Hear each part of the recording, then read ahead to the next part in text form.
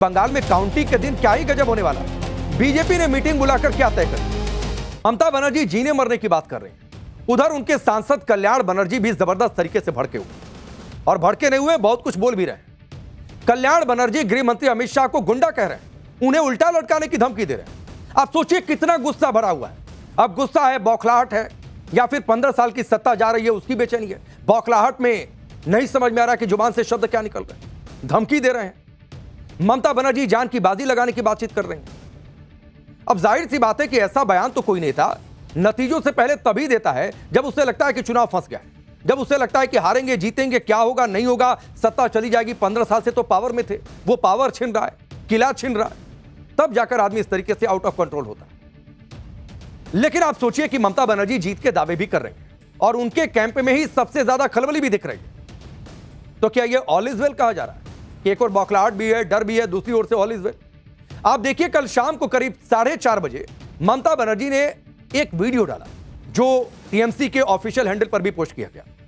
उसमें यह चेताया गया कि बीजेपी नतीजों से छेड़छाड़ कर सकती है। ममता बनर्जी के इस वीडियो के करीब 4 घंटे बाद ही टीएमसी के नेता चुनाव आयोग पर सवाल उठाते हुए कोलकाता में स्ट्रांग रूम के बाहर धरने पर बैठ जाते हैं। खुद ममता बनर्जी कोलकाता की भवानीपुर सीट में स्ट्रांग रूम में 4 घंटे तक डट जाती है।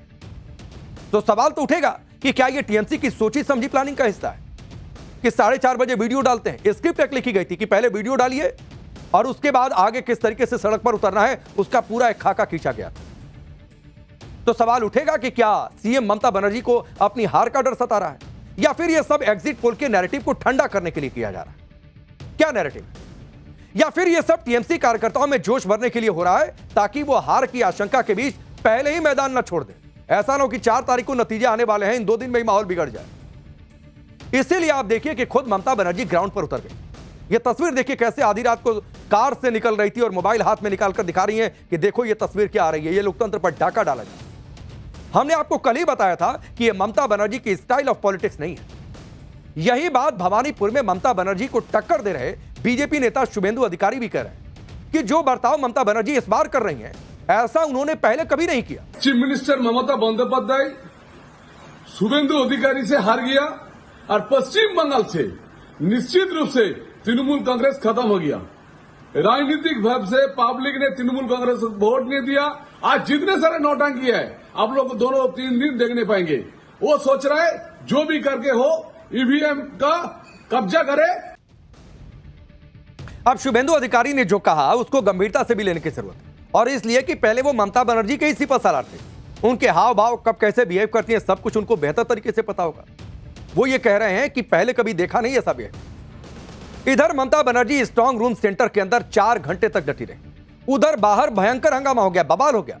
भवानीपुर में बीजेपी कार्यकर्ताओं ने ममता बनर्जी के स्ट्रांग रूम में जाने का विरोध किया, सड़क पर उतर गए। उसी दौरान जब पास से टीएमसी की एक गाड़ी गुजरने लगी तो बीजेपी कार्यकर्ताओं ने उसे रोक दिया। ये तस्वीर देखिए कैसे गाड़ी रोकी गई, कैसे सामने बीजेपी कार्यकर्ता है और गाड़ी में ईवीएम मशीन जिसे असली वाली से बदल दिया जाएगा जो कि स्ट्रांग रूम में रखी गई। आप देखिए कल भवानीपुर में कैसे जबरदस्त बवाल मचा है। ये तस्वीर, ये डुप्लीकेट मशीन टेम्परिंग करेंगे। ये कौन सी जगह है, कौन सी जगह है? एक जगह शेखावत स्कूल। आप सोचिए क्या ही गजब चल रहा है बंगाल में। टीएमसी को लगता है कि ईवीएम ही गड़बड़ हो जाएगा, काउंटिंग लूट ली जाएगी। बीजेपी कार्यकर्ताओं को लग रहा है कि दूसरी ईवीएम लेकर आई थी बदलने के लिए। बंगाल में भवानीपुर दरअसल यही सबसे हाई प्रोफाइल सीट जहां ममता बनर्जी और शुभेंदु अधिकारी के बीच मुकाबला। और अगर आप ममता बनर्जी और शुभेंदु अधिकारी की बॉडी लैंग्वेज देखेंगे तो ममता बनर्जी ज्यादा तनाव में दिख रहे हैं। उनका 4-4 घंटे तक स्ट्रांग रूम में डटने को लेकर यह चर्चा भी हो रही है कि क्या ममता बनर्जी को भवानीपुर में हार का डर तो नहीं सता रहा? कहीं उनके दिमाग में यह तो नहीं चला कि नंदीग्राम रिपीट हो जाएगा? जैसे नंदीग्राम में शुभेंदु ने हरा दिया था, कहीं भवानीपुर में भी हार का सामना न करना पड़े। आप देखिए कल जब ममता बनर्जी भवानीपुर में स्ट्रांग रूम पहुंची तो बाहर गाड़ी में बैठकर वो एक वीडियो भी दिखाने लगी। यह तस्वीर आप देखिए कैसे शीशा को नीचे किया, हाथ बाहर निकाला और मोबाइल में तस्वीर आप दिखाने लगी। ममता बनर्जी अपने फोन में टीएमसी की गाड़ी रोके जाने का वीडियो दिखा रही है। ममता बनर्जी ने दावा किया कि स्ट्रांग रूम के पास ही बीजेपी के लोग ये सब कर रहे हैं। जो तस्वीर हमने थोड़ी देर पहले आपको दिखाई थी कि कैसे कार्यकर्ता गाड़ी के सामने आ गए, उसका वीडियो भी फेसबुक पर डाल रहे हैं। सुनिए मोबाइल पर वीडियो दिखाते हुए सीएम ममता क्या कुछ कह रहे हैं। आप पढ़ लो, मैं नाम नहीं बताएंगे। प्रदीप का प्रो बात निकालो, प्रदीप का प्रो निकालो, तो क्या होता है? ठीक होता है। ये है प्रजापति। अरे भाई प्रदीप बोली नहीं, बोलो कि पोता बात का निकाल लो। अच्छा बोझे उन्होंने फेस टाइम लाइव कर रहे हैं, आप लोग फेस टाइम देख लो ना। फेस टाइम लाइव कर रहे हैं। सुना सामने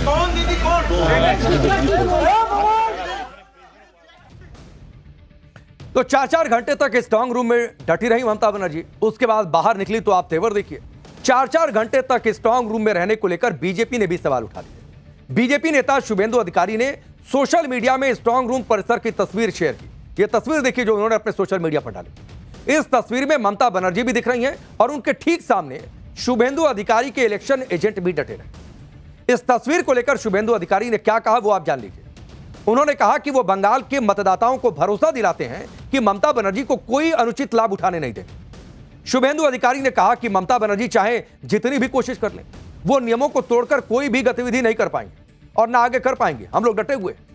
4 घंटे तक ममता बनर्जी की स्ट्रांग रूम में मौजूदगी रही। इसको लेकर भी बीजेपी ने सवाल उठाया। अब देखिए कि कल जब ममता बनर्जी स्ट्रांग रूम में मौजूद थी तो बाहर बीजेपी के नेता ममता बनर्जी की मौजूदगी को लेकर पुलिस से भिड़ गए थे। तो ऊपर से नीचे तक यानी टॉप लीडरशिप से कार्यकर्ता तक एक मोड में। और जाहिर सी बात है जब टॉप लीडरशिप उस मोड में रहेगी तो कार्यकर्ता तो आएंगे। कल ममता बनर्जी भवानीपुर में जिस स्ट्रांग रूम में पहुंची थी, आज उसी स्ट्रांग रूम सेंटर में शुभेंदु अधिकारी भी पहुंच गए। शुभेंदु अधिकारी ने स्ट्रांग रूम सेंटर में जाते हुए यह कहा कि वो यहां कोई ड्रामा करने नहीं आए। जाहिर सी बात है, यह कहते हुए भी निशाना सीएम ममता पर था। आप पीछे तस्वीरों में देखेंगे तो शुभेंदु अधिकारी आपको नजर आएंगे। वो यहाँ पर पहुंचे हैं और अब से कुछ देर पहले वो अंदर स्कूल में गए थे और अंदर जाकर जो जांच है वो करते हुए नजर आए थे। और अभी अगर आप देखेंगे तो शुभेंदु अधिकारी आपको यहाँ पर नजर आएंगे और यहाँ पर उन्होंने कहा कि मैं ड्रामा करने के लिए नहीं आया हूँ और सब चीज ठीक है, किसी भी तरीके से कोई दिक्कत या परेशानी नहीं है। उन्होंने इलेक्शन कमीशन को कहा कि मैंने चेक कर लिया है, मैंने देख लिया है, किसी भी तरीके से कोई परेशानी यहाँ पर नहीं है, ये बात उन्होंने कही। और उन्होंने रिक्वेस्ट भी किया कि किसी भी तरीके से जो पोस्ट पोल वायलेंस साल 2021 में देखा गया था वो इस बार ना हो, किसी भी तरीके से किसी को परेशानी ना हो और इस बात को लेकर सुनिश्चित किया जाए कि यहाँ पर कोई भी जो कार्यकर्ता है उसको नुकसान ना पहुंचाया जाए। इस बात को भी कहते हुए नजर आए कि जनादेश जनता ने दे दिया है उसका सम्मान होना चाहिए। चुनाव के नतीजों से पहले ममता बनर्जी स्ट्रांग रूम से लेकर काउंटिंग सेंटर तक गड़बड़ी होने का पूरा माहौल बना चुकी। लेकिन ममता बनर्जी के नैरेटिव की हवा निकालने के लिए चुनाव आयोग भी डट गया है।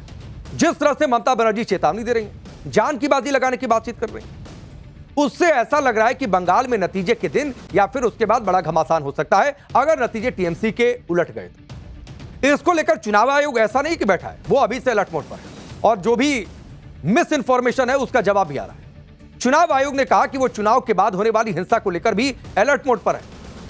चुनाव के बाद भी सुरक्षित माहौल रहे, यह चुनाव आयोग का संकल्प है। चुनाव आयोग ने बताया कि बंगाल में सेंट्रल फोर्स की 700 कंपनियों की तैनाती जारी रहेगी, यानी वो हटने वाली नहीं है। अब 700 कंपनियों में कितने जवान होते हैं आप सोचिए। सेंट्रल फोर्स के 70,000 जवानों की निगरानी में बंगाल के नतीजे आएंगे। काउंटिंग सेंटर पर 3 लेयर की सिक्योरिटी रहेगी। कोई सोच भी नहीं सकता कि गड़बड़ी कर दे, बवाल कर दे, हंगामा कर दे, और अगर हंगामा किया तो उसका भी इंतजाम। 24 घंटे निगरानी की जाएगी। अगर किसी ने कोई गड़बड़ी करने की कोशिश की तो सख्त एक्शन लिया जाएगा। किसी को इजाजत नहीं होगी कि आए, शांति भंग करे, हंगामा क्रिएट करे, इसका बिल्कुल भी कोई स्कोप नहीं। इसके साथ ही चुनाव आयोग ने लोगों की मदद के लिए एक हेल्पलाइन नंबर और ईमेल भी जारी कर दिया। यानी चुनाव आयोग की पूरी तैयारी है, पूरी प्लानिंग है कि नतीजे कुछ भी हो, बंगाल का माहौल किसी को भी बिगाड़ने नहीं दिया जाए, चाहे नतीजे बीजेपी के पक्ष में हो या फिर टीएमसी के पक्ष में। पश्चिम बंगाल के चुनाव को लेकर चुनाव आयोग जीरो टॉलरेंस के मूड में। धांधली की शिकायतों के बाद चुनाव आयोग बंगाल में कुछ बूथों पर फिर से वोटिंग कराने वाला है। इसको लेकर भी आज बड़ी खबर आई। चुनाव आयोग बंगाल की 2 विधानसभा सीटों के 15 बूथों पर फिर से वोटिंग कराएगा, रिपोलिंग होगी। ये सभी बूथ दक्षिण 24 परगना जिले के तहत आते हैं। वोटिंग कल होगी, यानी 2 तारीख होगी, आज 1 तारीख है। दक्षिण 24 परगना की मगराहाट पश्चिम सीट के 11 बूथों पर फिर से वोट डाले जाएंगे। वहां पर कल फिर से रिपोलिंग होगी, जैसे मतदान होता है ठीक उसी तरीके से। इसके अलावा डायमंड हार्बर के 4 बूथ पर फिर से वोटिंग होने वाली है।